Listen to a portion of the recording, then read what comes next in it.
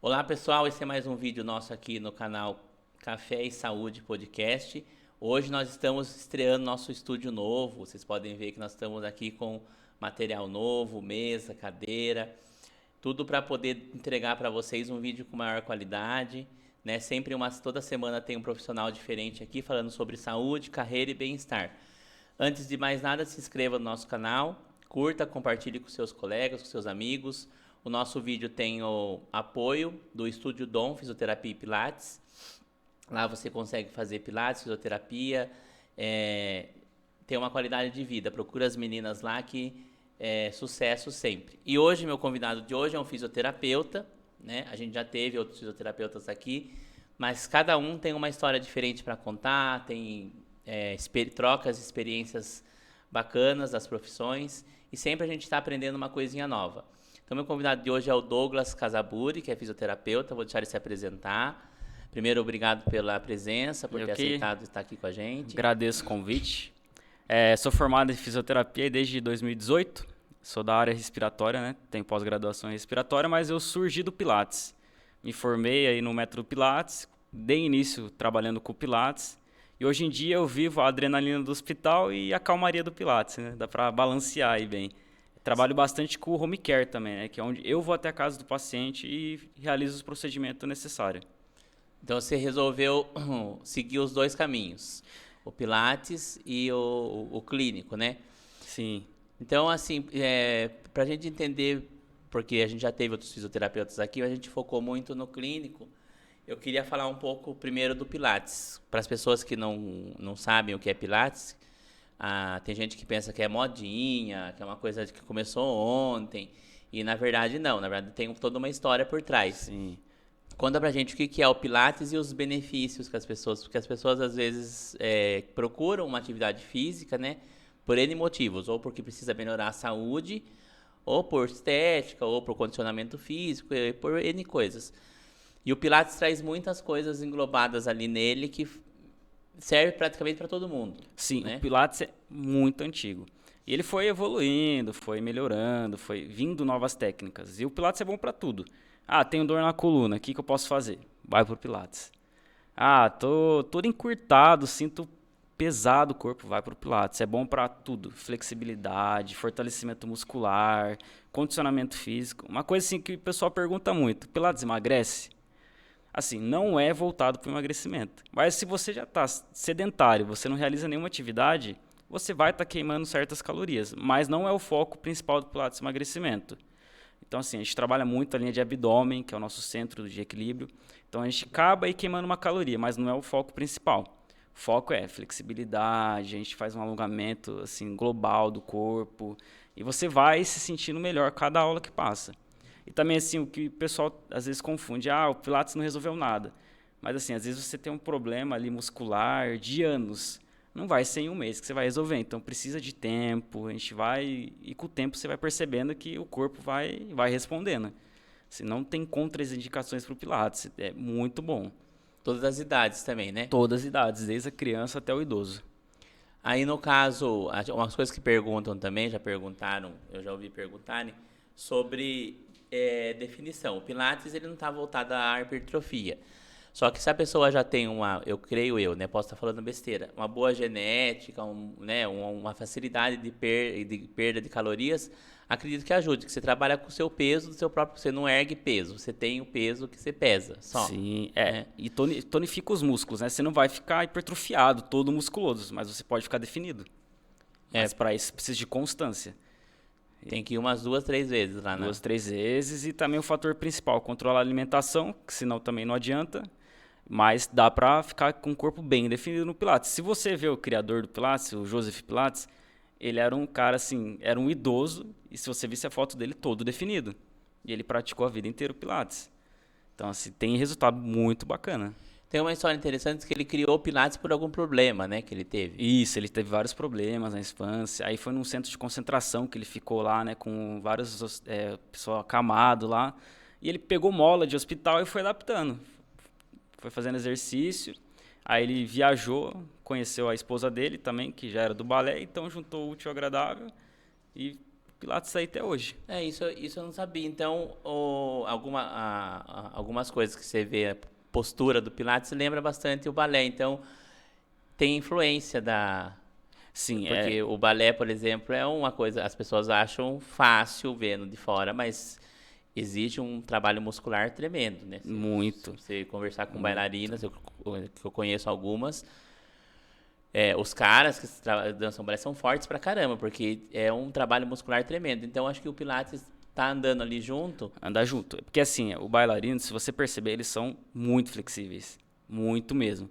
Então, assim, a base do Pilates, a gente consegue melhorar muito a flexibilidade. O que eu gosto de testar quando chega um paciente? Chega, tenho dor em tal lugar. Eu falo, tá, mas vamos descobrir de onde está surgindo essa dor. Às vezes você tem uma dor na lombar, mas a dor não está ali. A gente vai ter que investigar e ver de onde ela vem. E a partir daí a gente vai ver a musculatura que está mais encurtada, que tem mais dificuldade. Aí você fala, consegue relar a mão no chão, uma coisa simples? Muitos não conseguem. Aí na primeira aula eu já faço, só vou fazer alguns alongamentos e no final a gente vê se melhorou. No final da aula você vê que a pessoa já consegue, já está com o corpo mais solto. E Pilates, como você disse, é para todas as idades. Eu recomendo muito começar já na adolescência, porque é aí que você percebe que a criança já vai crescendo com uma postura mais arcada. Mochila pesada na escola, o jeito que senta na cadeira da escola. Eu já tive paciente de 15 anos muito encurtado. Nossa, muito encurtado. Ele chegava todo encolhido assim, e a gente fez um trabalho intenso. Ele ia 2 vezes por semana e hoje ele já tá super A tranquilo. gente tem o advento celular também, que as pessoas vão arcando, né? Muito. Tem o problema aqui da dorsal, todo corcunda, Sim. né? Aí, trabalhando essa... E a gente tem também, eu acho que você atende bastante isso, idosos que começam a ficar mais curtos por causa da idade, Sim. né? E as pessoas não sabem que seria importante, depois de 60, Muito importante. você continuar fazendo uma atividade física. E também hoje em dia, o Pilates também é preventivo. Você não precisa ter dor, não precisa ter nenhuma lesão para procurar o Pilates. Se você quiser ir hoje, eu quero praticar Pilates, você pode ir, não precisa ter nenhuma lesão. Vai prevenir e vai evoluir. Eu trabalho muito hoje também com os atletas de corrida. Então eles fazem um acompanhamento comigo, digamos assim, e eu uso Pilates para isso. Para prevenir lesões, porque assim, o atleta de corrida ele tem treinamentos intensos. Então, se ele tiver uma lesão, pode atrapalhar, pode ficar aí 10 dias, um mês sem conseguir treinar. Então, a gente faz um trabalho de prevenção e às vezes, acabou a corrida, estou sentindo uma dor. A gente já vai e trabalha em cima dessa dor já para melhorar. Então, nisso melhora muito. Pilates ajuda muito para quem corre, atleta de corrida. Justamente por causa da postura também, a linha de abdômen ali para travar a postura certinho. E hoje em dia eu tenho aí uma equipe aí que está comigo aí para... Controle de respiração também, né? Sim, é a base do Pilates, respiração. Senão você não consegue correr. Você descobriu o Pilates na faculdade ou você se formou e depois você foi conhecer? Na faculdade. No meu 3º ano de faculdade eu já tinha feito a formação em Pilates. E aí, então assim, eu já me formei podendo atuar no Pilates. Que já foi no 3º ano eu já fiz. Foi um intensivo que eu fiz aí de um final de semana aí de Pilates. E depois aí fui me especializando, me atualizando. Eu participei de uma conferência de Pilates em 2019. Porque assim, o Pilates, como eu te disse, ele tem inúmeros exercícios. Não são só aqueles basiquinhos. Tem muitos exercícios. Ainda mais a gente que trabalha em estúdio de Pilates, que a gente tem as aparelhagens, tem muito tipo de exercício que a gente faz. Então, assim, às vezes o pessoal pensa, mas é chato, vai ficar alongando. Não, não é chato Pilates, é dinâmico. Você vê que eu já peguei atleta de academia, todo forte, falei, vamos fazer uma aula? Não, mas nossa, eu carrego peso, vou fazer Pilates com essas molas. Falei, calma aí. Então. Aí eu dava uns exercícios específicos e você via que sofria para fazer. Aí começava a tremer, né? Começava a tremer, suar, e falava, nossa, eu não sabia que era desse jeito. Que a maioria das pessoas que faz musculação trabalha uma coisa, né? Sim. E eu acho que o grande problema da musculação, ainda vou trazer um educador físico para conversar sobre isso, porque eu acho interessante. A gente tem um problema na musculação hoje, que é uma febre, né? As pessoas às vezes não alongam, não aquecem e tem lesões, né? Sim. Acho que você recebe pessoas que têm lesões que ganharam as lesões fazendo treino errado na musculação, que é pôr peso demais para impressionar, ou não acaba sendo acompanhado por um profissional. Também, porque assim, o nosso músculo, ele aguenta sobrecarga, mas você precisa ter uma maturidade muscular, uma memória muscular para isso. Se eu chegar hoje na academia, eu não vou conseguir carregar 100 quilos, eu vou me machucar, óbvio. E a longo prazo, é comum você ver atleta de academia ter tendinite no ombro, no cotovelo. Então, assim, a gente anda junto. A gente caminha junto, o educador físico junto com o fisioterapeuta. Já tive vários pacientes que eu dei alta já direcionando para academia. Que chega um certo ponto que fala, aqui você já está de alta. Aí, se continuar no Pilates, o Pilates você não precisa ser, tá de alta. O Pilates é para a vida toda. Mas é comum você pegar atleta de academia que tem várias dores, inflamações, porque talvez pegou bastante carga, sem uma instrução, ou fez errado. Basta um pouquinho ali a postura errada e você se machucar. Principalmente coluna. Coluna e ombro é o que mais sofre, né? O pessoal ainda sobrecarga só a parte de cima, né? Da cintura para cima. Aí fica sem tônus muscular no membros inferiores. Aí hoje você atende ou você ainda dá aula de Pilates? Dou aula de Pilates ainda. Durante o dia, que você trabalha no hospital à noite, né? Isso, só à noite no hospital. E ainda sobra tempo para você correr. Sobra tempo para correr. Que você... É difícil conciliar, mas tem que arrumar um tempinho. Aí nessa sequência que você se formou e foi para o Pilates, daí você... Como que chegou daí a parte clínica? Porque o fisioterapeuta trabalha em um monte de vertentes, né? Eu tenho pessoas da minha lista de convidados que são fisioterapeutas que trabalham com esporte, né? Esportistas, jogadores. Sim. Tem fisioterapia neurológica, enfim, é um monte de coisa, né? A profissão cresceu muito nesses últimos 10 anos, eu acredito. Nesse sentido, né? Sim, sim. Aí você se formou, vocês têm, obviamente, na faculdade a parte clínica, né? Tem. Mas como que se interessou? Porque as pessoas fogem um pouco do clínico, né? Porque o clínico é um pouco mais pesado. Quando eu me formei, eu já fui de cara no Pilates. No Pilates já iniciei o home care. Que o home care é assim, você tem um paciente, um familiar seu, é difícil você locomover ele, às vezes não tem pessoas para levar até a clínica, ou às vezes está acamado, é difícil sair da casa. Então eu vou até a casa e realizo o atendimento. Então eu comecei bastante com home care e o Pilates. Assim, não era meu foco ir para o hospital. Eu não tinha vontade nenhuma, na verdade. Na faculdade não foi um estágio que eu gostei. Mas aí, ao longo assim, do meu primeiro ano de formado, já surgiu a oportunidade. E aí eu fui vivenciando ali, acabei gostando. Aí eu falei, quer saber, eu vou me especializar na área. Aí fiz a pós-graduação e me apaixonei. Hoje em dia não pretendo sair da área hospitalar. Porque na faculdade eu acho que é um pouco traumático o estágio de clínico, né? Sim. Porque todos os fisioterapeutas falam que quando eu passei pelo clínico na faculdade eu queria fugir de lá. Eu amava ortopedia na faculdade. Nossa, eu quero reabilitar atleta, eu amava ortopedia. Então era o meu foco ortopedia. Tanto que quando eu me formei na faculdade, eu já iniciei uma pós-graduação de osteopatia, que abrange várias técnicas manuais. E cheguei a fazer 1 ano de osteopatia. Daí você trocou? Troquei. Aí tranquei a osteopatia e fui para o hospitalar. Aí acabei me apaixonando, assim, nossa, muito. Eu gosto muito da área hospitalar. Porque, assim, eu gosto de vivenciar esse equilíbrio. Porque no hospital você atende pacientes diferentes, patologias diferentes, do que você ir na casa, atender um pós-AVC ou até mesmo Pilates. Então, assim, eu acabo vivenciando quase ali todas as áreas da fisioterapia. Que é desde o paciente de pós-AVC, alguma coisa que está acamado, Pilates e o hospital. O hospital é um pouquinho diferente, mas eu acabo vivenciando de tudo um pouco. O fisioterapeuta do hospital, ele trabalha basicamente o respiratório, mas às vezes o paciente internado tem que fazer motor também, né? Sim, a gente acaba trabalhando marcha, né? Caminha com o paciente, faz ali um pouquinho de exercício. Porque assim, você ficar acamado por muito tempo, você acaba atrofiando a musculatura, né? Perde massa muscular. E no hospital, a partir do momento que você é internado, você não sabe quantos dias você vai sair. Às vezes está previsto 1 semana de internação. Mas aí você, no finalzinho, no 6º dia, a sua infecção aumentou. Você vai ficar mais tempo. Então, a gente tem que ficar atento por isso também. Porque aí a gente consegue reabilitar ali o paciente para também que ele consiga sair mais rápido. No fim, você, sem querer, sem saber, se preparou para um negócio, para um evento que vinha na frente. Porque daí, 2020, 2021, né? Todo mundo que tinha pós em respiratório teve que suar a camisa. E quem não tinha, teve que correr atrás para poder se virar. Sim, eu entrei no hospital em novembro de 2019. Em março de 2020 iniciou a pandemia. Então, assim, e na pandemia, assim, a gente aprendeu muito.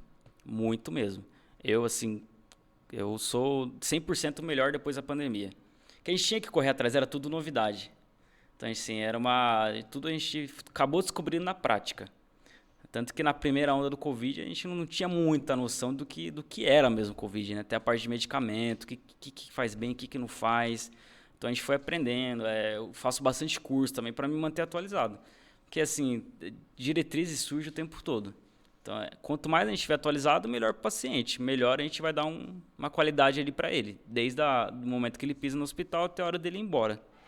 Mas aí teve, por exemplo, quando começou o Covid, a gente teve um problema no começo com contaminação por causa da intubação. Teve que mudar o processo de intubar. Sim. Aí teve que fazer é praticamente uma gambiarra, né? Que foi feita e foi copiada com o negócio da seringa lá para poder intubar o paciente sem vocês se contaminarem, por causa que vai gerar aerosol e o paciente vai se contaminar. Só que ninguém conta isso na faculdade, né? Na faculdade a gente vê né? Todas as profissões são assim, a gente vê um negócio tudo muito bonito, né? Tudo muito redondo. Sim. Ninguém explica para você que você tem que improvisar na hora do vamos ver. E é muito, assim, a faculdade, assim, é muita informação em pouco tempo e não mostra, como você falou, a realidade. A gente tem a parte respiratória na faculdade, mas não é tão complexa. Então, na hora que você chega para trabalhar no hospital, você vê que muitas coisas é diferente. A gente aprende o quê? Na faculdade, aspirar, a ausculta pulmonar para ouvir o pulmão, mas tem muita coisa que a gente não aprende. A parte de gambiarra, só na prática. Os parâmetros também, né? Parâmetros, na faculdade a gente tem os mínimos. Tipo, ó, esse parâmetro aqui para o paciente ali, a partir do momento que intuba, mas a gente não tem a noção de acompanhamento. Tipo assim, o paciente vai ficar 15 dias entubado. E aí, como que a gente vai fazer? Então a gente tem que acompanhar do momento que intuba até a gente tentar extubar esse paciente, tirar o tubo dele. Então a gente tem que monitorar todo dia, olhar o ventilador, mexer, ajustar. Tudo isso vai fazer diferença. E quando eu sempre tive curiosidade, com esse monte de ventilador que tem, você chega, tipo, porque assim, vocês são os ais dos ventiladores, né? Geralmente a gente passa raiva, o ventilador não funciona, aí o fisioterapeuta chega e ele volta a funcionar como um passe de mágica. Só que tem ventiladores diferentes. Eu trabalhei desde daquele pequenininho, o Kataoka, né? E trabalhei com o Inter 5, que era tudo analógico, e depois com esses mais modernos, né? E vocês têm que chegar e o que tiver disponível na unidade vocês têm que trabalhar. Tem que trabalhar. É muito louco ou vocês sabem todos mesmo, igual o TI do computador? É muito louco. Porque assim, a pandemia até para isso foi bom. A gente aprendeu a mexer em várias máquinas. Porque assim, você pensa, os parâmetros vão ser sempre os mesmos. Não importa a máquina que você vai usar. Então a gente tem que aprender a função da máquina, como que a gente vai ligar, calibrar. É importante ressaltar isso, a gente tem que calibrar para ver se está tudo ok. Porque assim, não adianta a gente testar depois que intuba, certo? A gente testa antes para na hora dar tudo certo. Então assim, a gente teve mais de 5 modelos de respiradores, um diferente do outro. Até essa parte que você falou, eles apitam muito. E isso, a gente fala, nossa, que irritante, mas é importante ele apitar, porque quando ele apita, alguma coisa está errada. Às vezes o paciente está querendo acordar ali, está fazendo um volume muito alto, isso pode ser prejudicial para ele, ou tem secreção, então ele vai apitar. E a gente já consegue ficar mais atento, olhar os gráficos ali e tá o beira-leito ali o tempo todo. Mas a pandemia é isso, veio aqueles ventiladores da Turquia, chegou, ele tem uns minutinhos ali, vai ali, testa e depois vira automático. Que tem ventilador que não tinha nem passado pelo processo de teste, assim, total, né? Para poder ser comercializado e foi montado e colocado para usar. Porque é o que tinha, né? Assim, faltava leito, faltava ventilador, então o que vinha a gente tinha que aprender a usar. Vocês chegaram a usar os velhinhos? Chegamos. Tinha o Bird, né? Chegamos a usar. Que era um negocinho desse tamanho, assim. O Inter 5, a gente voltou a usar o Inter 5, porque assim, era o que tinha. Então assim, você precisava entubar 10 pacientes. Antes da pandemia, ele tinha 3, 5 ventiladores. Aí depois, quando veio esses da Turquia, esses novos, aí melhorou. Mas esses da Turquia era tudo digital? Digital. Touchscreen, tudo? Tudo. Porque o Inter 5 eu tinha um ódio tão grande do Inter 5. E ele apita bastante também. Ele entubava o paciente, aí começava uma confusão, e aí, tipo, é tudo analógico, não tem gráfico, né? Não. É tudo analógico. Daí começava a apitar tudo, apitar. Daí quando o fisioterapeuta chegava, ele voltava ao normal. É que às vezes ali um ajuste ou outro, ele para de apitar. O que é interessante nessa parte da pandemia, o que aconteceu comigo? Eu peguei muito paciente que entrou no hospital e depois que saiu, eu acabei reabilitando na casa também. Então isso era muito louco também, porque eu acompanhava ali dentro a evolução do paciente e depois que ele saía, eu ia atender, porque ficava muito tempo internado, perdia força nas pernas, Ficaram com sequela respiratória, né? sequela Também. respiratória. E assim, o que pouco se fala, assim, a sequela que mais deixou foi psicológica, assim, né? Você vê pacientes pós-Covid com síndrome do pânico, muito, assim. No Covid, na internação, você percebia que a parte psicológica atrapalhava bastante o tratamento. Alguns ficavam de espineco por causa da ansiedade, né? Sim, porque via aquelas notícias. Então, pegava o Covid, meu Deus, eu vou morrer. Aí, às vezes, você falava, vou colocar um oxigênio para respirar melhor. Eles já falavam, mas eu não vou ser entubado, né? Muitos nem sabiam o que era intubação, mas já tinha esse medo. Ninguém sabia até ontem ninguém sabia o que era intubação, ninguém sabia o que era paciente pronado. Eu vi uma Sim. reportagem na televisão, quando estava no auge, acho que foi, não sei se foi onde foi, se foi na Globo, não sei onde foi, falando sobre a pronação como se fosse uma novidade, entendeu? Aí o pessoal me chamou, eu falei, gente, mas a gente prona paciente desde sempre. É uma técnica, Né? Uma técnica faz antiga, tempo. a gente prona para paciente de pneumonia, de POC, um monte de coisa a gente usa de pronar o paciente. Só que foi usado muito. Intubação foi uma coisa que foi falado aos montes, né? Sim. As pessoas falavam de intubação como se fosse uma novidade para o Covid. E a gente intuba paciente todo dia. É como que a gente escutava antes. O paciente foi induzido ao coma. O que é induzido ao coma? O paciente está respirando por aparelho. É intubação. Tá lá no respirador, na máquina.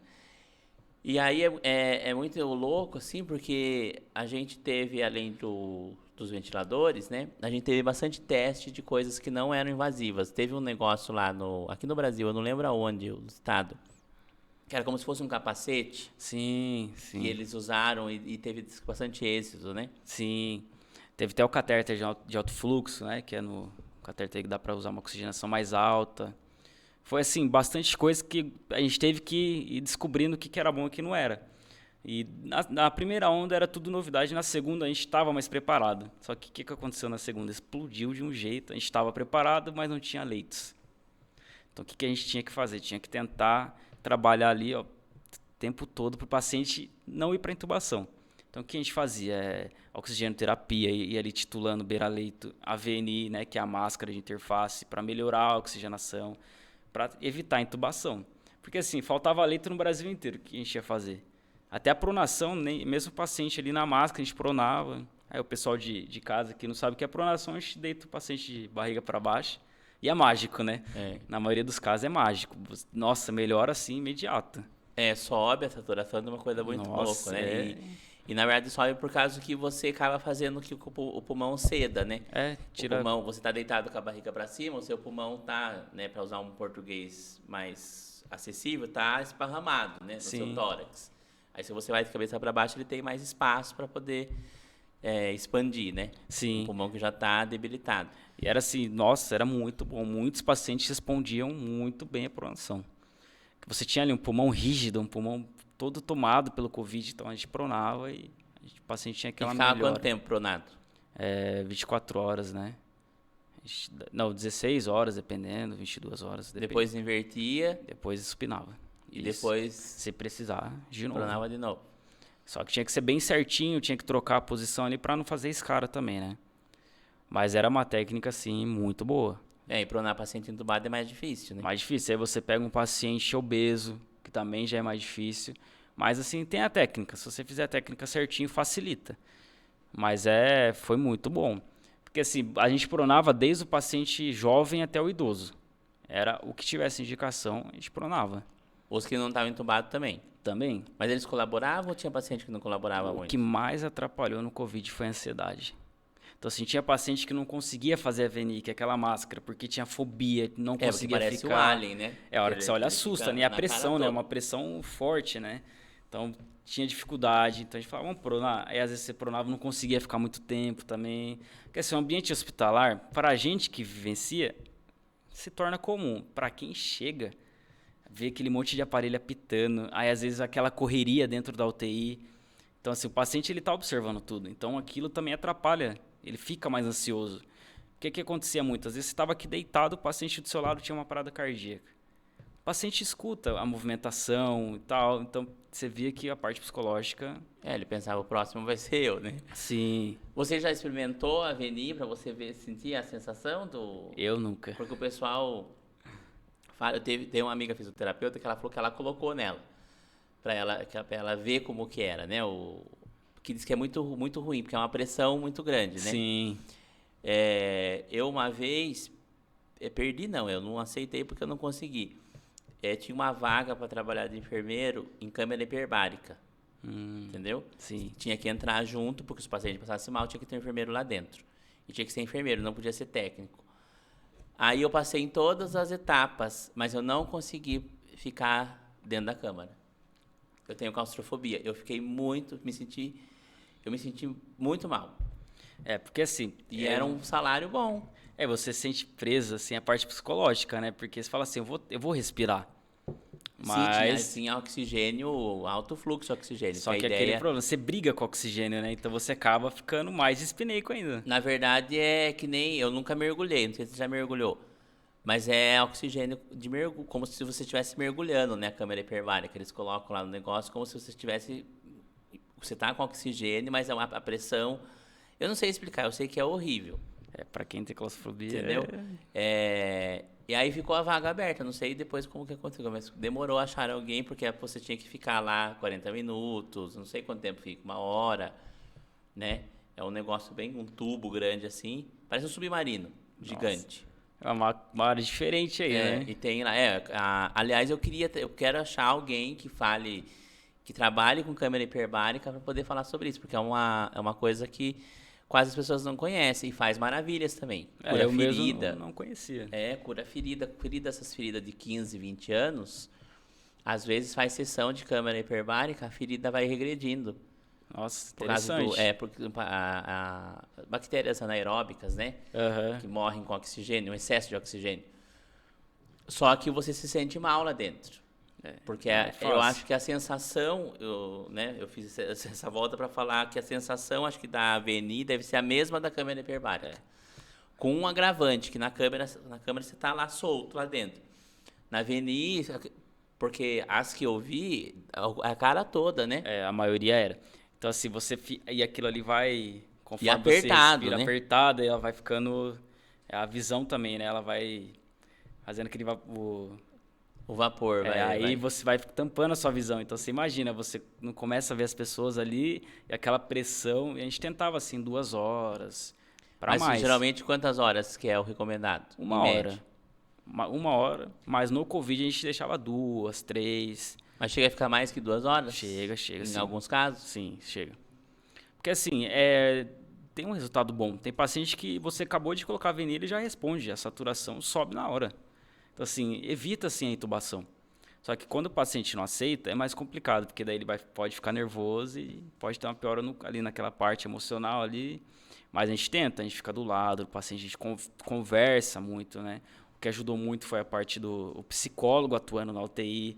Então, assim, uma UTI que eu trabalhei era assim, o paciente que entrava na UTI, para ele não ficar sem contato nenhum com a família, tinha chamada de vídeo para ele conversar com a família.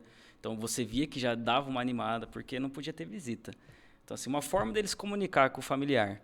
Então, tinha chamada de vídeo, o paciente entubado, a família mandava áudio, colocava lá para ele escutar. Então, essa parte de humanização ajudou muito. Mas a parte emocional, acredito que não só os pacientes, mas muitos profissionais de saúde foram abalados por isso também. Principalmente os profissionais, né? Porque era uma coisa sem controle, né? No começo, não tinha controle. Eu ia perguntar um negócio, eu esqueci, mas eu vou lembrar depois. Mas nesse meio tempo, você parava para pensar se você ia sobreviveu até o final ou foi passando por cima de tudo e não pensava muito? Ó, o meu maior medo na pandemia, vou ser bem sincero, eu nunca tive medo de pegar o Covid. O meu maior medo sempre foi contaminar as pessoas que moram comigo, meus pais e tal. Esse era o meu medo. Tipo assim, nossa, chegar em casa, tanto que eu chegava, eu tirava a roupa lá fora, já ia pro banho, porque eu tinha medo de contaminar meus pais. Mas eu mesmo não tive medo. Nunca cheguei a pensar assim, não vou sobreviver. Mas a gente ficava meio pilhado, né? Ficava sentindo sintoma aí da cabeça. Nossa, acho que tá coçando minha garganta. Ia lá, via saturação. Isso quando começou. A segunda onda já tava assim, no automático. Daí a gente já entrega pra Deus, né? Depois de um tempo. Eu tinha medo, eu tinha medo de pegar, assim, lógico, também, né? Porque eu acho que deve ser horrível ser entubado, porque eu já participei de um monte de intubação, então não acho que é uma experiência muito, muito legal pra se passar, né, por ela. Sim, Mas eu também tinha medo de levar pra alguém, né? Porque como é que você... Eu registrado, eu não peguei Covid, que foi registrado num exame. eu também não. Posso ter pego e não sei, É. né? Porque eu tenho renite, um monte de coisa arada, então eu não sei. Fiz vários testes, nunca foi registrado que peguei, mas posso ter pegado. Mas todas as vezes que eu tinha sintomas, eu dormia com o oxímetro do lado, da cabeceira, entendeu? E às vezes baixava para 96, aí você já ficava tipo, meu Deus. Só que baixava pela ansiedade, né? Sim. Tipo, você ficava ansioso, aí você respirava mais ofegante e baixava para 96. Aí você ficava... É que você percebeu um monte de pessoas comprou oxímetro. Antes nem sabia o que era o oxímetro Ninguém nem e sabia tinha que na era casa. oxímetro. E o pior é que compraram oxímetros ruins, isso que foi pior. Sim. Então tem gente que, né, chegava saturando 89 e não estava saturando 89. Não. Eu tive amigos que mandaram foto para mim saturando 89. Eu falei, mas você está se sentindo cansado com falta de ar? Não, eu não tô. Aí fazia uma chamada de vídeo e a pessoa estava bem plena. Eu falei, viu, você não está saturando 89. Eu tô quase no pronto-socorro. Eu falei, não, você não está cansado, você não está desconfortável. Se você sentir desconforto, você vai. Né? Mas tá mostrando 89. Eu falava assim, mas é pilha, o negócio é da China. A gente fez muita consultoria online, né? Muito parente, né? Perguntava, tô sentindo isso, vou pro hospital ou não vou? Não, o pessoal mandava foto de termômetro com 38 de temperatura. E o termômetro foi um negócio muito louco. As pessoas começaram a achar que 37 era febre. Sim. Até hoje. Eu atendo lá no PA, a pessoa chega e fala, eu tô com febre. Aí eu pergunto, né? Quanto que deu, medicou? Deu 37. Falei, não, mas 37 não é febre. Mas não é 36 que é o normal? Ou 32 que tem na porta do supermercado? Falei, não, 37 para adulto tá ótimo. Tá calor, tá 30 graus. Você queria tá com quanto de temperatura? 30. O que eu ia perguntar que fugiu, que eu lembrei, é se não foi usado, eu tinha essa curiosidade e nunca perguntei. Se não foi usado, se não era indicado, né, a máscara de Venturi. Não, porque ela espalha aerosol. Por causa do aerosol? Sim. Mas se fosse uma outra doença parecida com o Covid, eu digo como o pulmão fica. Que não fosse transmissível, talvez ajudaria. Sim, poderia usar. Né? É que assim, a gente já parte para VNI. Às vezes, até a síndrome do desconforto, a gente já vai para VNI, uma pneumonia, porque assim o resultado é muito, muito bom. Então, a gente acaba um pulmão obstruído, um pulmão assim difícil de expansão, a gente já vai para VNI para tentar melhorar logo. O que a gente também não tinha que tomar cuidado era as bombinas, né? A inalação. Inalação, mas é uma coisa muito complicada, né? Mesmo. Quando falaram que não podia inalação, porque daí eu estava na clínica na época do auge do Covid, ainda não tinha voltado para o PA. Eu fiquei 4 anos afastado do ambiente hospitalar, né? Eu estava na gestão.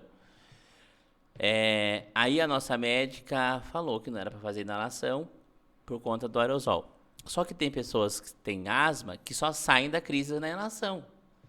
A gente teve uma problemática, né? Porque tem pessoas que só saíam da crise na inalação. Foi problema. Já vi pacientes chegar com uma crise de asma e parar na UTI, justamente porque ele fechou o pulmão de um jeito e aí acabou ficando aí 2 dias na UTI por causa da asma. Porque a asma, assim, é complicado. Até hoje em dia, assim, as pessoas que têm asma sabem como lidar, mas às vezes você não sabe. O paciente chega lá... Ou não sabe que tem asma, né? Não sabe que tem asma, saturando 70, já está ali fadiga, não consegue nem falar. Aí dá as medicações e você vê que melhora ali rapidinho. Que a gente brinca, né? Os gatinhos nos pulmão, né? Aí ela tá... E não teve dia que você teve vontade de sair correndo? Quando tava no auge, assim, que cada hora chegava um, chegava outro, chegava outro, chegava outro. Teve um dia, foi o dia mais triste pra mim na pandemia. Eu lembro até hoje, foi uma sexta-feira. Eu cheguei no plantão, todo mundo ali meio cabisbaixo, assim, com semblante, sabe, ruim. Aí, o que que tava acontecendo? A gente tava com 10 pacientes entubados, não tinha mais respirador. E você andava nos quartos, tinha 4, 5 pacientes precisando de intubação, assim, imediato. Então, e não tinha respirador. Então, a gente tinha que ir lá, pronava o paciente, tentava fazer milagre, literalmente. E aí, essa parte, assim, mexia muito com a gente, né? Você fala, nossa, o que que vai fazer agora? Eles precisando e não tem respirador, não tem o que fazer. Já tem 10, vamos fazer o quê? A gente tinha que ir ali, se virar no quarto ali. Aí, trabalho em equipe ali, ajudava muito, mas esse dia foi muito triste. Que você via no olhar dos pacientes aquele desespero, procurando ar, não achando, né? Que assim, o Covid era uma falta de ar assim, que só quem pegou grave sabe explicar, né? Que assim, você não achar ar em nenhum lugar, você puxa, puxa e o ar não vem. Então, esse olhar de agonia, assim, ele fica, né, na nossa cabeça. E o que aconteceu aqui em Biúna, a gente conhece todo mundo. Eu tive muito familiar, assim, de amigos que estavam ali dentro. E você via a situação, aí você ia perguntar como tá. E você pensava assim, será que eu falo a real? Daí a gente tentava, assim, falar de um jeito que não assustasse. Mas a gente vendo ali, o olhar clínico, a gente sabia que era um paciente grave. Então isso também mexeu muito comigo, assim. Chegar na família e não poder falar a real situação, porque a gente não era o médico ali que chegava lá e conversava. Mas tive muitos conhecidos que perderam a vida aí Morreu artista, daí as pessoas começam a cair a ficha, porque morre um artista muito famoso. Aí, opa, peraí. E eu acho que quando a gente tem noção, depois começa a vir muito perto, né? Sim. Quando você tá... Eu só tive... Eu tinha medo, mas ainda ele estava afastado de mim. Eu não tinha nenhum caso perto de mim. Eu fiquei 1 ano na clínica sem ter um caso sequer. Isso com um idoso de 80 anos, tinha idoso lá de 96. Então, 1 ano inteiro sem ter um caso sequer. Daí, até que você tava com medo, mas você ia relaxando. Quando eu tive os primeiros casos, que não foram tão graves assim, um só que foi mais grave, aí começa a cair a ficha e falar, putz, será que agora vai errar? Acho que agora vai pegar de vez. Porque tá ali perto de você, né? Sim. Quando você só vê pela televisão, antes de chegar aqui, lá no começo na China e depois lá na Itália, todo mundo assustado, mas a gente não tinha nenhum caso no Brasil. Não. Né? Esperança que... E a gente assistia, eu falava, não vai vir pro Brasil isso aí. Não vai chegar aí. Não vai, nossa, e no fim... E aí depois, de repente, tá tudo fechado e tal, não sei o quê. Eu acho assim que a gente tem um privilégio, que não é tanto privilégio assim, e não é, tem como profissional de saúde, porque a gente tem no currículo essa experiência, né? Sim. Que enriquece a parte profissional e como ser humano, né? Porque quanto tempo faz que tinha tido uma pandemia, né? Nossa, a gente aprende a dar valor nas coisas simples da vida. Você sair e fazer uma caminhada. Aí tem que ficar na casa, não sai da casa, se sai máscara, não sei o quê. Então tudo que era assim rotineiro, a gente nem dava valor. Na pandemia a gente viu a diferença. Porque assim, eu mesmo, eu sempre fui vida atlética, sempre fui do esporte. Chegou a pandemia, eu fiquei totalmente parado. Assim, eu treinava a semana inteira. Na pandemia, se eu treinava uma vez, era muito. E aí, até isso mudou muito, né? Acabei aí me dedicando 100% aí na área da saúde e acabei deixando um pouquinho de lado essa parte, né? E eu engordei muito na pandemia. Que a gente acaba usando como desculpa, né? Tô estressado. E o delivery, né? Tudo era delivery. Tudo delivery. Então, o delivery é uma coisa que estraga a alimentação. É uma facilidade que ajuda, mas como você tem tudo à mão, né, e aumentou muito o delivery com a pandemia, você está na sua casa, você olha para a geladeira e fala, não vou fazer alguma coisa, vou pedir pronto. Pedir. Entendeu? Aí você pede lanche. Eu nunca tinha ganhado peso na vida. Eu sempre tive 57 quilos a vida inteira. Que era uma tristeza, as pessoas achavam que eu tinha doença, fazer exame, nada dava certo. Em 2020, eu pulei de 57 para 70. Nossa. Você tem noção? Por conta dessa ficada em casa, eu fazia pilates, mas nada assim de, nossa, que atleta que era, nunca fui. Mas fazia alguma coisa. E comia melhor antes da pandemia. Aí na pandemia eu ficava o dia inteiro em casa, o dia que eu não estava trabalhando. Porque eu tinha medo de sair, levar para a clínica, levar para minha mãe, levar em casa. Então eu moro sozinho, ficava em casa. Aí eu ficava olhando lá o iFood. Várias opções. Vou pedir uns churros. Vou pedir um pastel. Hoje vai ser de cheeseburger. E aí eu ia comendo, fui comendo bobeira. Eu acho que a bobeira faz a gente ganhar peso, né? É uma loucura, né? Arroz e feijão não Porque engorda. parece que é um calmante, né? Você tá ali estressado, você fala, nossa, vou devorar esse lanche e parece que dá uma, Não, o que uma você faz? tranquilizada. Você tá, por exemplo, em casa, que a gente ficou preso. Eu nunca fiquei em casa, né? Eu visito minha casa. E nesse período eu tinha que ficar em casa, Ficou na casa né? mesmo. Eu ia trabalhar e fazer as minhas coisas, depois eu tinha que ficar em casa. Então você ficava em casa, o que você ia fazer? Não tem o que fazer. Aí você vai assistir um filme, uma série, vai ficar assistindo, vai dar fome. Aí você come uma pipoca, não sacia. Daí você vai comprar um pastel, um churros, um lanche, uma coxinha. Tudo E que a é. gente ficava ali ficando ansioso, a gente vai mascarando a ansiedade, Aí comendo. você come o dia todo. É, Entendeu? Aí eu percebi porque as minhas calças começaram a não fechar. Daí eu falei, nossa, mas eu nunca fiquei peso. Pra mim foi bom, de certa forma, que é uma coisa que eu queria, porque agora se eu for, por exemplo, uma academia, eu consigo gastar gordura, né, que eu tenho, que eu não tinha. Se eu fizesse teste de biopedância, a minha taxa de gordura era mínima, sabe? Bem Era baixo. uma pau de vira-tripa, como dizia antigamente. Então, se eu fosse pra cá, eu tentei fazer musculação, então eu perdia o músculo, porque eu não tinha o que perder. Não tinha Aham. gordura pra É um perder. metabolismo muito rápido Tudo também. muito rápido, entendeu? Então, quando eu tinha passado na nutricionista anos atrás, ela tinha me falado isso, só não consegui fazer. Ela falou, você tem que comer o dobro pra você ganhar gordura só que não ganhar gordura e ficar em casa sentado. Porque daí você vai fazer gordura abdominal, não é isso o foco. Você ganha gordura, a gordura você transforma e aí em energia pra você fazer exercício. Sim. Só que eu não tive paciência de seguir aquela dieta hipercalórica. Aí segui erroneamente na pandemia. Agora eu preciso criar coragem Pra pra voltar a fazer exercício. Aí daí pegando esse gancho pra ir pra sua vida paralela da loucura, você corre, né? A gente vê lá no seu Instagram, depois a gente deixa o seu Instagram, o pessoal seguir lá, você ganha os seguidores. Como que chegou esse negócio da corrida? Foi uma necessidade que você teve porque você queria perder peso? Na Quando decidiu, verdade, vou correr, você é atleta. Fora a parte da fisioterapia que já tá intrínseco que você tem que fazer. Você sabe que você tem que fazer, né? Só a gente não faz às vezes. na verdade, assim, eu sempre fui obeso. Então, a minha adolescência inteira eu sofri com isso. Um excesso de peso. Assim, meus exames de sangue davam no limite. Tipo assim, ó, se você não se cuidar, você vai desenvolver já era. diabetes.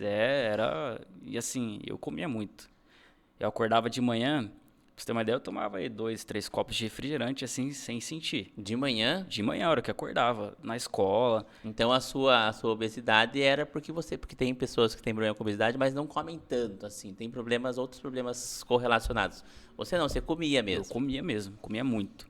E assim, sempre comida, eu gostava de comer. Bastante comida. Não, assim, não comia tanta porcaria, mas eu gostava de sempre comer bastante. Pedreiro. E eu não conseguia largar refrigerante, não conseguia diminuir o açúcar. Então aí, assim, chegou num ponto que eu tava assim, beirando 100 quilos. E olha a minha altura, pra mim que sou baixo, tenho 1,62 m, é muita coisa. E eu sempre muito novo já tinha essa noção de que eu poderia ter problema sério de E saúde. você é novo, né? Ia poder desenvolver um problema cardíaco. Sim, quando eu tinha 14 anos, como o médico falou, você é pré-cardíaco, você pode ter um ataque do coração. Lembro que isso me assustou muito na época. E o que eu fazia? Eu passava com uma médica e ela fazia dieta direitinho. Em casa eu seguia. Chegava no dia da consulta, perdia 100 gramas, ou ganhava um pouquinho. Ela falou, mas o que está acontecendo? Só que eu não falava, eu comia escondido na escola. Em casa você seguia a dieta. Seguia dieta por causa dos meus pais, seguia ali certinho na risca, chegava na escola eu comia Porque salgado. preocupou que você podia desenvolver um problema vascular, cardíaco. Sim, eu morria de medo, porque assim, meus avós tinham diabetes. Então, assim, você vivenciava a luta que era, né, pra tratar. E eu ficava com muito medo. Tem uma porcentagem hereditária, né? Nossa. Aí, assim, sabe quando você dá aquela esticada na adolescência? Aí perdi peso. Mas eu sempre fui sanfona. Engordava, emagrecia. Engordava, emagrecia. Aí chegou um momento que eu engordei de novo, aí eu pensava, nossa, eu perdi tudo que eu ganhei. Aí eu comecei a procurar esportes, eu sempre pratiquei esportes, mesmo quando eu era obeso, nunca deixei de praticar. Aí um primo meu chegou e falou assim, vem ver minhas medalhas aqui, que eu faço corrida. Eu não tinha ideia. Para mim, corrida era só em Olimpíadas. Corrida de rua, né? Ele falou, faço corrida de rua e tal. Daí eu vi as medalhas dele e me interessei muito. E aí comecei a correr na Marginal, corri um pouquinho. Aí depois de um ano eu fiz minha primeira corrida oficial, que foi aqui em Biúna mesmo. E a partir daí eu não parei mais. Mas quando você começou a correr, você estava mais acima do peso. Você se preparou como? Porque podia ter problema de carga de peso, sim, joelho, tornozelo. Estava acima do peso, então eu ia respeitando assim o meu corpo. Fazia distância curta, aí fui aumentando. Aí assim, quando eu entrei na faculdade também eu diminuí. Porque daí aquela loucura de prova, ia para Sorocaba, voltava, mas sempre continuei correndo. Eu só parei mesmo na pandemia, porque assim, eu tinha corrida quase todo final de semana. Ia para São Paulo, Sorocaba, na pandemia cancelou todas. Aí eu coloquei na minha cabeça, nossa, mas eu vou treinar se nem tem corrida para me fazer, então eu dei essa desanimada. Podia ter treinado, né? Sozinho. E eu coloquei isso na minha cabeça e depois eu me arrependi muito, porque assim, eu tinha um condicionamento físico muito bom, eu perdi, foi pro zero. Aí quando eu voltei, você sente a diferença. Assim, eu tinha uma velocidade boa. Quando eu voltei a treinar, sem velocidade nenhuma, sem condicionamento físico, aí eu falei, nossa, eu não deveria ter parado. E tem pessoas que foi ao contrário. Antes da pandemia, fazia o corpo mole. Na pandemia, nossa, virou atleta assim, quase que profissional. É que tem bastante gente que, por não poder fazer exercício na academia, foi correr o que podia, ao ar livre, sozinho, você podia fazer, né? Mas quando você tinha 14 anos, nessa época você estava pesando quantos quilos? Você lembra? 98. Com 14? Com 14. E já, você tem uma baixa estatura, era menor ainda com 14. Nossa, era assustador. Tinha 1,55 m na época, digamos assim. Aí os seus pais levaram você pro médico? Sim, eles ficavam preocupados, assim, porque você imagina, você sabendo que pode ter muitos problemas e... Não, muito grave com a idade, né? Assim, problema com o emocional não tinha depressão, mas eu gostava de comer. Era uma criança que gostava de comer. Então, assim, nada assim, não me enchia, sabe? Não me enchia. Chegava às vezes no almoço, eu comia 3 fileiras de chocolate. Você acha que não? Você acha que era mais por prazer mesmo? Era por prazer mesmo. E não tinha, e você não achava que sofria, porque tem pessoas que vão atrás da perda de peso porque sofre bullying na escola, ou porque não fica contente com o que vê no espelho e fala, não, tô acima do peso, não. Porque eu acho assim, hoje a gente tem muito problema e tem que tomar cuidado com o que falam, porque as pessoas cancelam e acham que você tá desrespeitando. Esses dias na triagem uma moça me chamou de gordofóbico. Porque eu perguntei se ela tinha pressão alta e diabetes, ela achou que eu tava perguntando isso porque ela tava acima do peso. Ela tava mesmo acima do peso, mas é uma pergunta que eu faço de praxe para qualquer você falou assim, nossa, você tá falando só porque eu sou gorda? Eu falei, não. Eu pergunto para todo mundo se a pessoa tem pressão alta ou diabetes, sendo magro ou gordo. Sim. Mas tem pessoas que... Eu acho que a pessoa ser acima do peso que eu falo não obeso, ok, se tá tudo ok com o exame, porque tem pessoa gordinha que o exame tá de boa. Porque tem a problemática de pessoas que não conseguem, por isso que eu perguntei se você comia muito. Pessoas que não conseguem perder peso porque tem uma parte genética, um problema da tiroide, vários fatores, saúde, né? Sim. Que não conseguem. Eu conheço pessoas que comem pouco, tantinho assim, sofre, faz academia e não perde porque é um problema generalizado. Sim. Né? E tem gente que é porque come bastante. Né? E o refrigerante de manhã. Hoje eu vi uma pessoa comendo, né? Se ela assistir, ela vai lembrar. No café da manhã, lá no PA, que a gente que trabalha na área da saúde é um problema, né? Tomando Coca-Cola e comendo X-Bacon. 8h30 da manhã. Então o seu problema sempre foi esse. Sempre foi esse. Aí assim, eu não conseguia largar o refrigerante. Eu jogava bola, eu não queria tomar água, eu queria tomar refrigerante. Mas não era um copinho. Não, nossa, eu era daqueles que virava a garrafa. Era muito. Aí chegou um momento que eu falei, ou eu paro de vez ou eu vou morrer tomando refrigerante. Você desenvolveu a diabetes. Aí, hoje em dia, eu já vou pro 9º ano que eu não bebo refrigerante. Você não bebe nada nem numa ocasião especial. Não, porque eu sei que se eu vacilar, eu vou voltar a tomar antes. Então eu prefiro nem voltar a tomar mais. Aí você substituiu como? Suco natural? Suco natural, até mesmo água. Eu já peguei hábito de beber muita água. O que eu gosto, assim, do meu Instagram, que eu gosto de mostrar? Eu gosto de fazer, assim, projetos de emagrecimento. Tipo, hoje eu tô com peso tal, em 2 meses eu vou perder tanto. Eu faço isso porque eu quero motivar as pessoas a seguir um estilo de vida saudável. Não só por estética, mas pela saúde mesmo. A gente que é da área da saúde, até mesmo na fisioterapia, eu vejo que o sobrepeso causa muitos problemas. Coluna, joelho. Então, assim, eu gosto de incentivar as pessoas a ter um estilo de vida saudável. Então, eu dou dicas, eu falo, ó, quiser tirar alguma dúvida, me chama, a gente conversa. Porque eu sei que é muito difícil, porque você briga com você mesmo o tempo todo. É difícil você chegar na sua casa, ver um bolo e você falar, vou comer a maçã. Só que se você tiver ali a disciplina, você vai comer a maçã e não vai comer o bolo. E que as pessoas falam assim, nossa, mas você fica sem comer. Não, dieta não é passar fome. Dieta você come direito. E você não precisa se abdicar de tudo pro resto da sua vida. Você pode comer seu lanche, você pode comer sua pizza, mas tudo isso calculado e não vai ter problema. Eu fui lá, fiz a dieta, fiz o exercício físico, chegou o final de semana, eu quero comer um lanche. Eu não vou passar vontade, eu vou comer o lanche. E isso não vai me atrapalhar. Só que você vai comer um, É. não dois.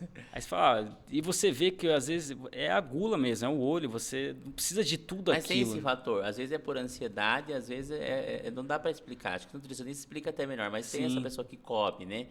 Eu tive amigos que comiam 6, 7 pães de manhã cedo. É, Que o pão francês também. O pão francês é vilão se você come 6 ou 7, sim. né? Não era um pão, meio pão francês. Assim, eu tinha amigos que comiam 7 pães francês. Eu não consigo imaginar, porque eu acabo comendo 2 até, se eu tiver com muita fome, né? Mas eu não me entra na minha cabeça, dentro do meu estômago, 7 pães. É muita coisa, É né? muita coisa, né? Porque um pão, a caloria de um pão para um café da manhã, ok, o café da manhã é uma refeição importante, Sim, né? Agora 6 ou 7, é muita coisa. você imagine o tanto de caloria, né? E eu não ficava só no pão, eu comia o pão, mas não é o pão sozinho, é o pão com alguma coisa dentro, né? Ou uma margarina, Sempre vem acompanhado de alguma acompanhado de coisa. alguma coisa, um requeijão, ou até um frio, né? Um embutido. Então esse é o problema. E assim, você nunca nem chegou, porque o que eu acho que um grande problema hoje era uma solução que virou um problema, na minha visão, como pessoa e como profissional. Posso estar equivocado. É que as pessoas acharam que a hiperbárica resolve tudo. A Bariátrica? bariátrica resolve tudo. E aí eu vejo pessoas que fizeram bariátrica e depois tiveram outros problemas secundários porque não conseguiram, porque não mudou a cabeça. Sim. O que você pensa? Porque você não chegou a fazer, não precisou. Não. Eu nunca cheguei a pensar, porque assim, é igual você falou, não adianta você fazer a cirurgia e você não dar continuidade no trabalho, que é a dieta, porque você vai ter um estômago diminuído. Só que a cabeça não. A cabeça não muda. Então, assim, é importante as pessoas entenderem isso. A bariátrica não resolve 100%. Você vai ter que ter um acompanhamento a longo prazo, até mesmo com um psicólogo, porque geralmente as pessoas não sabem, mas às vezes a pessoa que faz a bariátrica, ela tem compulsão por alguma coisa. Porque comer é compulsão. Então, o corpo ele vai procurar alguma forma de substituir. Porque assim, eu confesso, tem vezes da dieta que eu ficava doido, assim, ficava estressado, assim, parecia que era abstinência mesmo de algum alimento, assim. Aí depois que você acostuma, você percebe que fala, nossa, esses alimentos que eu estou comendo agora estão me fazendo bem melhor. E uma vez comecei a ter muita dor na coluna por causa do sobrepeso. Isso na época de escola. Fiz exame, tava tudo ok, fiz exame de coluna, mas assim, o sobrepeso estava me atrapalhando. E aí foi também que eu já comecei a me interessar mais pela fisioterapia. Que o médico falou, você tem que fazer alongamentos, fazer um pilates, é importante, porque senão você vai ficar todo torto quando E crescer. perder peso. E perder peso. E como você falou, é difícil. Eu, na minha posição, não posso chegar para o paciente e falar, você vai ter que perder peso. Às vezes eu oriento, falo, a alimentação é importante, mas eu não chego diretamente e falo, você tem que perder peso. Mas eu vou orientando, falo, é bom às vezes para tirar sobrecarga, até mesmo pelo estilo de vida, para você ter uma vida mais saudável, uma longevidade, porque depois que você adoece fica tudo mais difícil. Depois que você desenvolve um diabetes, uma pressão alta, é muito mais difícil você lidar com as coisas. Então, assim, eu gosto de mostrar isso para as pessoas que não é tão difícil quanto parece. Eu não sou assim, não falo que nossa, muito fácil. Não é fácil. Não é, porque tem coisas que você gosta. As coisas boas, né? As besteiras, é muito melhor para comer do que o que é saudável. Mas é porque a Sim. gente educou o paladar diferente. E você tirou o açúcar totalmente, ou você substituiu, ou você usa o açúcar com parcimônia? É assim, tirava açúcar das frutas. Então você não chegava a ficar sem açúcar nenhum, porque tirava de outros alimentos. Mas quando eu queria comer alguma coisa, eu comia. Porque, tipo Mas hoje assim, você toma, por exemplo, suco natural, você não põe açúcar, você não, toma só não, ele. não. O café você põe açúcar quando toma ou não toma No café? café eu nem tomo. O café eu não gosto mesmo, não é nem questão pela dieta. Mas o que eu mais bebo é água, suco natural mesmo de fruta. E suco natural de fruta, até quando eu não fazia dieta, eu já não gostava de açúcar, de colocar açúcar. Mas aí que eu falo, pessoal, não tenho tempo. Daí eu falo assim, que eu mostro muito no Instagram, que mesmo que você não tenha tempo, você consegue fazer a dieta, porque você anda com o seu alimento. Então eu fazia vídeo, eu no carro comendo, falava, pessoal, tô aqui no carro, não tô com tempo hoje, mas ó, a marmitinha tá aqui.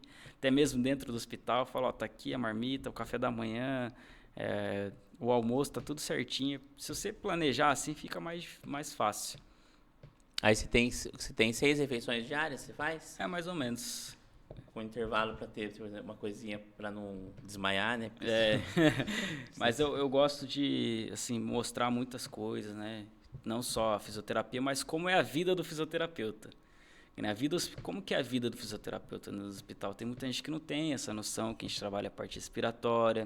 Aí, o que é o atendimento home care? O que eu faço no home care? Porque as pessoas falam, mas como que você vai? O que você leva na casa do paciente? E eu tenho o equipamento que eu preciso usar com o paciente que eu usaria na clínica, eu levo até a casa, consigo atender. O Pilates, como que é o Pilates? Eu gosto de mostrar tudo, porque as pessoas às vezes não têm noção do que é as coisas. Então eu gosto de mostrar. E hoje a mídia está aí para a gente aproveitar, né? Para coisas boas. ainda mais com essa onda que a gente tem de coisa absurda, né? Tipo, mentiras, falsas informações, né? A ideia principal do canal é trazer informações verdadeiras, que as pessoas andam espalhando muitas mentiras, né? As pessoas se Sim, assustam daquelas mentiras ou contam coisas que não existem. Então eu penso trazer profissionais de verdade, todo mundo é profissional de verdade, mas assim, é, que você tem acesso, né? Que você consegue ter acesso. Vocês, as pessoas que vieram no canal, são pessoas que a gente convive com elas no dia a dia, entendeu? E podem estar cada um falando um pouquinho, sim, não só sobre a saúde, sobre bem-estar, sobre carreira. As pessoas, tem bastante gente que assiste, né? Eu dou aula, tem bastante aluno que assiste, não sabe ainda o que vai fazer, não sabe se vai fazer faculdade. Eu acho que eu quero ser fisioterapeuta agora. Eu quero ser nutricionista, eu quero ser fono, né? Eu trouxe uma fonoaudióloga. Fonoaudióloga é uma coisa que não está também no dia a dia das pessoas do senso comum. as As pessoas pessoas não têm conhecem tanta enfermeiro, noção. praticamente enfermeiro e médico, né? Sim, Agora um pouco mais de fisioterapia por causa da pandemia. sim, Mas as pessoas não sabem que tem terapeuta ocupacional. Outro não, dia eu falei para uma colega minha, ela tá com o filho dela, ela acha que ele tá meio rebelde e tal, tá com problema depois da separação. Ela falou, estou pensando em levar meu filho ou no psicólogo ou no psiquiatra, né? Eu falei, viu, por que você não leva no terapeuta ocupacional primeiro? Ela ficou assim, tipo, sem... Mas terapeuta ocupacional não é aquele negócio? Eu falei, não, ele trabalha a parte cognitiva também. Às vezes não precisa ir no psicólogo, às vezes precisa. sim, Falei, mas senta no terapeuta ocupacional, às vezes ele precisa só se focar em alguma coisa, e daí se não der certo, a própria terapeuta ocupacional fala, né, ó, leva pra sim. psicóloga também. Que acontece muito, que tem fila de banco, eu já ouvi. Exemplo, você tem aí um problema de uma dor na coluna há anos. Aí você chega e comenta com alguém, nossa, estou com tanta dor na coluna, o médico prescreveu fisioterapia. Aí a pessoa fala, fisioterapia não adianta nada, eu fiz, não adiantou nada. Então assim, o que eu tento mostrar? Não é do dia para noite. Tem pessoas que vão melhorar na primeira sessão, tem pessoas que vão levar 2 meses para melhorar. Às vezes você tem uma hérnia de disco que você nunca tratou e ela tá ali, nossa, numa fase de dor assim insuportável. A gente vai ter que ter um trabalho mais prolongado. Então assim, eu tento conscientizar as pessoas, não é do dia para a noite. Toda lesão, que você vai conviver com ela, você tem que fazer o tratamento, tem que ter a paciência de evolução, esperar seu corpo também responder, mas nunca é do dia para a noite. E às vezes as pessoas têm esse pensamento, mas eu fiz e não adiantou. Mas é porque talvez você não fez o tempo que precisava fazer para Faz 5 recuperar. sessões só, né? É, E aí acha lesão. Tem uma funcionária nossa que ela teve uma lesão no pé, quebrou o pé. quebrou o tornozelo. E aí ela tava com dor ainda. Daí eu falei pra ela assim, mas você tá indo na fisioterapia? Ela falou assim, não, já deram alta, fiz só 10. Daí eu falei pra ela, volta. Daí ela falou assim, mas a fisio falou que não. Eu falei, então vai procurar outra, porque você precisa fazer fisioterapia uns 2, 3 meses. Uma fratura grave, com cirurgia, entendeu? E também é assim, você não precisa de prescrição médica. As pessoas pensam que sim, para procurar o fisioterapeuta. Tô com uma dor no ombro, vou no ortopedista primeiro, pro ortopedista me encaminhar. Não, você pode ir direto no fisioterapeuta. A gente é profissional de primeiro contato também. Então, a gente vai realizar a avaliação, a gente avalia o paciente, tenta ali diagnosticar e aí a gente segue um tratamento. Então, tô com dor no pé. Pode ir direto no fisioterapeuta, não precisa ir no ortopedista. Porque assim, a nossa área, a gente não trabalha com medicação nenhuma. Então, a gente vai tentar tirar a dor com técnicas. E aí, a gente também não... o que eu falo muito, os remédios curam sintoma na maioria das vezes, que é dor, mas não vai curar a causa da dor. Então a gente vai em cima da causa da dor e trabalha ali específico para cada paciente. Então se você tiver algum problema, pode ir direto no fisioterapeuta que ele vai te ajudar. Não precisa fazer todo esse trâmite de ir para o médico, fui para o médico, vou fazer ressonância, vou voltar e depois ir para a fisioterapia, porque aí você perde uns meses aí já. É que na verdade as pessoas, o Brasil, né? Eu tive um médico aqui, a gente falou sobre isso.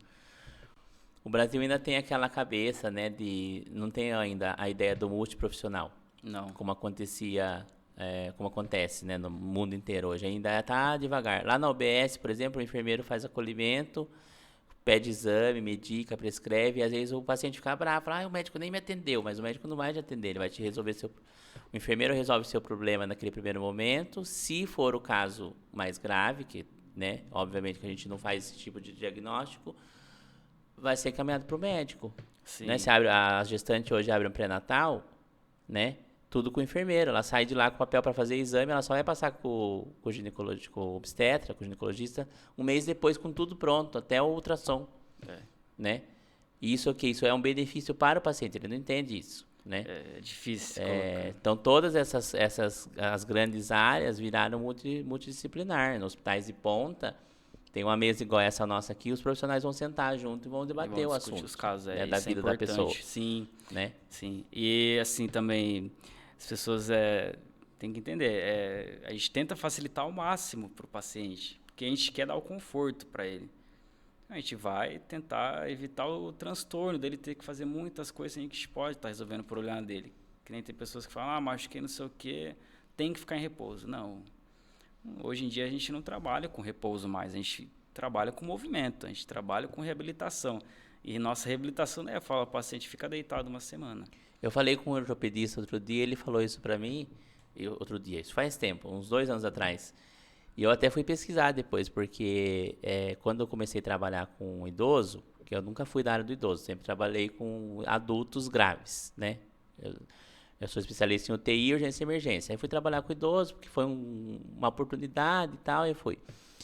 Aí a gente teve uma fratura de fêmur, logo que eu entrei, 84, 86 anos. E na primeira semana, a fisioterapeuta, até a Aline do Estúdio Dom, que era fisioterapeuta na época lá, colocou o paciente de pé.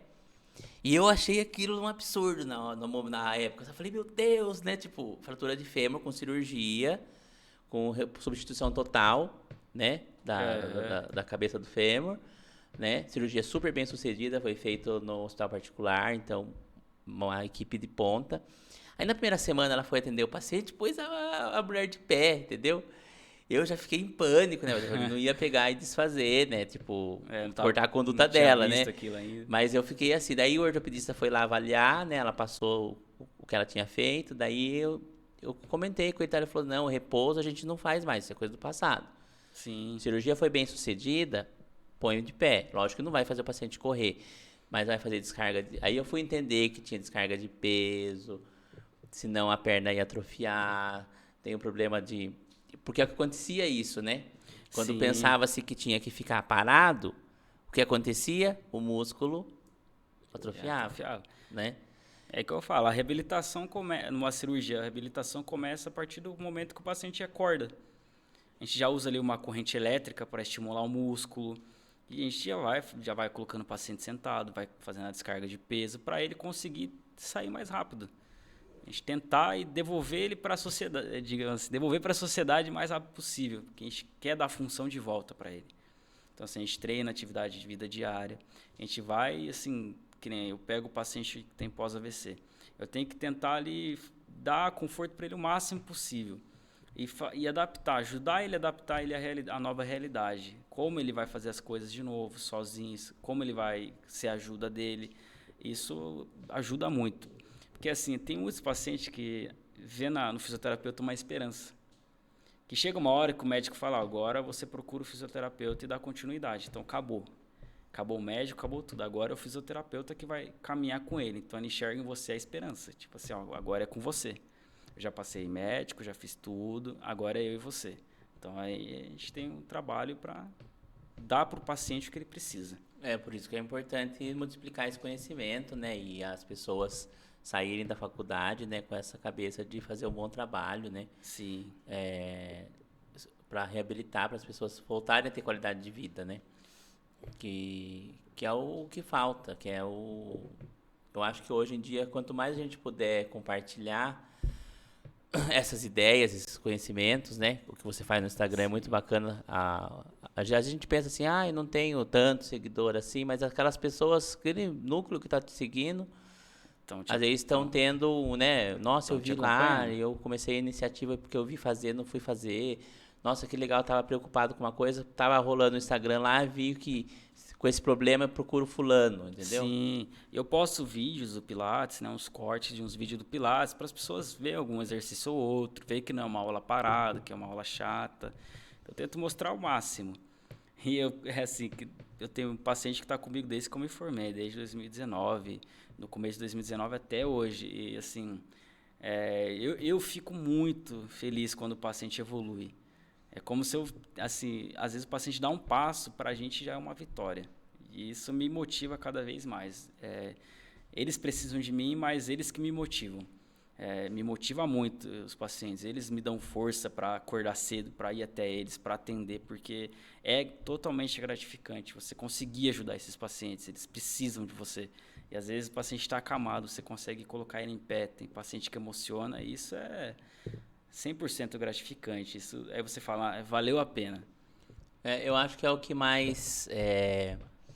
Na verdade, o pagamento maior, né? Nosso pagamento maior não é em dinheiro, né? Nosso pagamento maior é na área da saúde. Se você tem um propósito, é ver o seu paciente reabilitado e o seu paciente sair daquela condição que ele veio, né? Você conseguir fazer... A gente não consegue salvar todas porque tem casos, né, que realmente não tem mais o que fazer.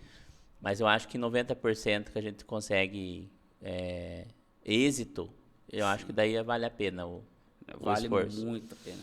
Igual eu falo, o pessoal que está cursando fisioterapia tem muitas áreas para seguir hoje em dia. Basta ali você filtrar um pouquinho, mas tem muita coisa para você seguir.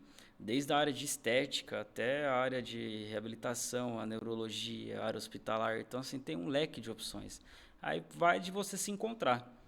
Às vezes você não se identifica com uma, mas se identifica com outra. Então, assim, cada um vai se conhecendo ali no decorrer da faculdade e vai se encontrando até achar um caminho aí para seguir, porque tem bastante coisa para fazer com a fisioterapia, muita coisa. Aí fica a dica aí pro pessoal que quiser cursar fisioterapia, né? Tá super em alta. Eu queria agradecer você pela oportunidade de ter vindo, né? Arrumado um tempinho na sua vida corrida, participado, de verdade. Acho que tem muito assunto ainda, a gente vai fazer muitas outras coisas juntos. Mas eu queria agradecer de verdade a oportunidade. Eu que agradeço o convite, satisfação total. A disponibilidade e tudo. E é isso, eu vou deixar depois o link do Instagram dele para vocês seguirem lá, para vocês acompanharem o trabalho dele, que é muito bacana. Se inscrevam no canal, que toda semana tem vídeo novo com um profissional diferente. Curta, compartilhe com seus colegas para eles terem acesso a essas informações também. E agora aqui no nosso estúdio novo, né? Tudo muito bem pensado para vocês, feito com muito carinho. E até a próxima semana a gente tem um encontro de novo aqui no Café e Saúde Podcast. Até mais.